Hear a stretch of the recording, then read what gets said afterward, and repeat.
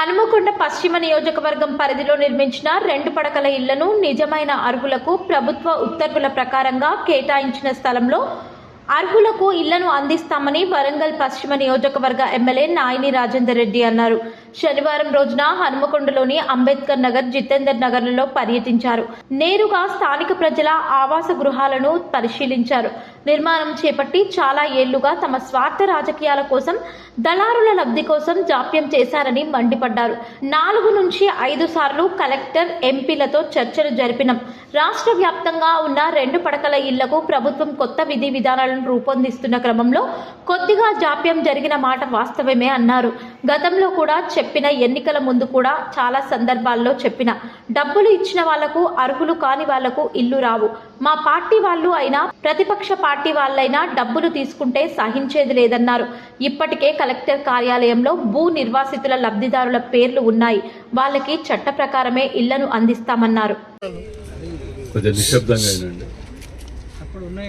అంబేద్కర్ నగర్ బస్తీ కమిటీ మరియు ఇతరులు అందరికీ కూడా పేరు పేరున నమస్కారాలమ్మా. మీ యొక్క డబుల్ బెడ్రూమ్ గురించి ఇప్పటికీ 4 నుంచి 5 సార్లు కలెక్టర్ గారు, ఎంపీ గారు మేము కలిసి సమావేశం అవ్వడం జరిగింది. దీని మీద ముఖ్యంగా ఏంటంటే రాష్ట్ర వ్యాప్తంగా ఉన్నటువంటి విధి విధానాలు, అంటే ఏ విధంగా ఇవ్వాలి, ఏ విధంగా అర్హులకు ఇవ్వాలి అనే దాని మీద ప్రొసీడింగ్ వచ్చేదాని కోసం రేపు మాపు అని కూడా వేచి చూస్తున్నాం.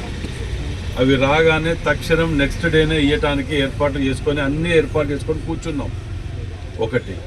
రెండవది, మళ్ళీ కూడా చెప్తున్నా, నేను ఆ రోజు చెప్పినా, ఈ రోజు చెప్తున్నా, ఎలక్షన్ల ముందు చెప్పినా, ఇప్పుడు చెప్తున్నా, రేపు కూడా చెప్తున్నా, అదే మాట మీద ఉంటా. 2 మాటలు చెప్పి 4 దగ్గర డబ్బులు తీసుకొని ఈ దుకాణాలు పెట్టడం మాతోటి కాదు.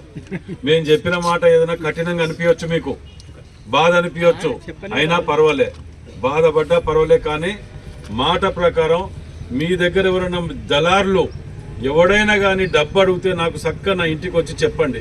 నా ఓడే కానీ, బయటోడే కానీ, ఎవడే కానీ ఒక్క పైసా అడిగిన.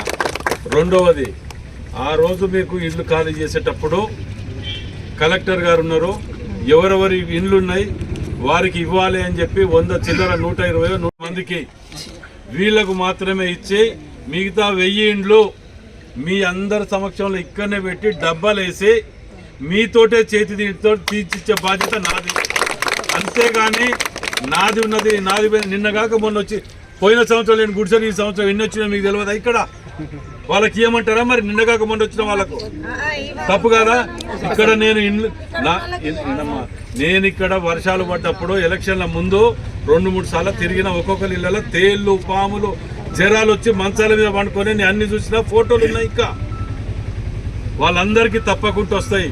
కానీ వెనుక ఎవడెవడు ఎగేస్తున్నాడు, ఈ ఇంట్లో ఉన్న దానిలో ఎవడెవడు డబ్బులు తీసుకొని దగా చేసిండ్రో ఆ ప్రతి లిస్టు నా దగ్గర ఉన్నది.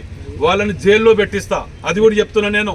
డబ్బులు వాళ్ళకి ఇవ్వాలి, వాళ్ళు డ్రాలో పాల్గొనాలి. అర్థమైందా? డబ్బులు అనేది ఇవ్వకపోతే వాళ్ళే మళ్ళీ ముందుండి మిమ్మల్ని 10 మందిని ఎగేసుకొని ఎమ్మెల్యే ఇల్లు బుట్టడియాలి. ఎమ్మెల్యే ఇల్లు బుట్టడితే నా దగ్గర ఏమున్నది? నేను వీళ్ళ తిరిగి భయపడా. నేను ఏదైతే ఇవ్వాలనో ఇంట్లో ఆ 120-140 మందిల పేర్లు ఉన్న వాళ్ళకు నా దగ్గరికి రాకుండా ఇంటికి తీసుకొచ్చిస్తా, పట్టా, పేరు, అడ్రస్ పట్టుకొని. అంత మాత్రం మర్చిపోనది. విన్నారా? అది నా బాధ్యత. మీరందరూ కూడా సహకరించాలి. డ్రాలో ఎవరికైనా ఇప్పుడు డబ్బులు తీసుకునే ఆలోచనలు కనుక ఉండేది ఉంటే డ్రా పెట్టరు. మీతోటే తీయమంటున్నాం కదా. కలెక్టర్ గారు ఉంటారు, ఎంపీ గారు ఉంటారు, నేనుంటా, అక్కడ డబ్బా పెడతా, మీరే తీయండి. ఇంకోటి, కొత్తగా అప్లై చేసిన వాళ్ళని ఇలా కల్పన చేయకుండా ప్రయత్నం నేనే చేస్తా. అది కూడా విన్నారా? పాత వాళ్ళలో ఎవరికి వస్తాయి. కాకపోతే కొంచెం సమయం, ఇప్పుడు మాకు ఎందుకు సమయం పడుతుందంటే, ఇప్పుడు మొన్న అధికారంలోకి వచ్చినాక కొన్ని అప్లై చేయమని చెప్తే ఈ ప్రతి డివిజన్లలో అప్లై చేసిండ్రు. వాళ్ళని ఇందిరమ్మ పథకం కొత్తగా వస్తున్నది, అది ఈ నెలలోనే వస్తున్నది. అది జాగా ఉన్న వాళ్ళకు 5 లక్షల రూపాయలు ఇవ్వటానికి. ఆ పథకంలో కూడా 4,000-5,000 ఉన్న ఇండ్లు అందరికి వస్తాయి. కానీ కట్టిన 1,200 అందరికి నాకే ఇండ్లు కావాలంటే ఎవరికి రాదో, సాధ్యం కాదు. అందరికి ఇప్పించే బాధ్యత నాది. నా నియోజకవర్గంలో నన్ను ఓట్లేసి గెలిపించుకున్నందుకు మీ అందరినీ కాపాడుకోవాల్సిన బాధ్యత నాది. నేను కాపాడుకుంటా. కానీ మీరు ఎవరో చెప్పిన మాటలు పట్టుకొని ఆవేశాలకు లోనై నోరు జారి మాట్లాడి ఇష్టం వచ్చినట్టు మాట్లాడుకోవటం పోతుంటే ఏమి జరగదు. నేను నిప్పు తిరుగున్నంత వరకు ఎవరికి భయపడవలసిన అవసరం లేదు. నేను మీ దగ్గరికి వచ్చి ఇండ్లలోకి వచ్చి తిరిగి ఓట్లాడుకున్నా, నన్ను మీరు అందరు ఆశీర్వదించిండ్రు. మీ అందరి ఆశీర్వాదంతో గెలిచి ఇక్కడికి వచ్చిన మీ అందరికి న్యాయం చేసే బాధ్యత నాది.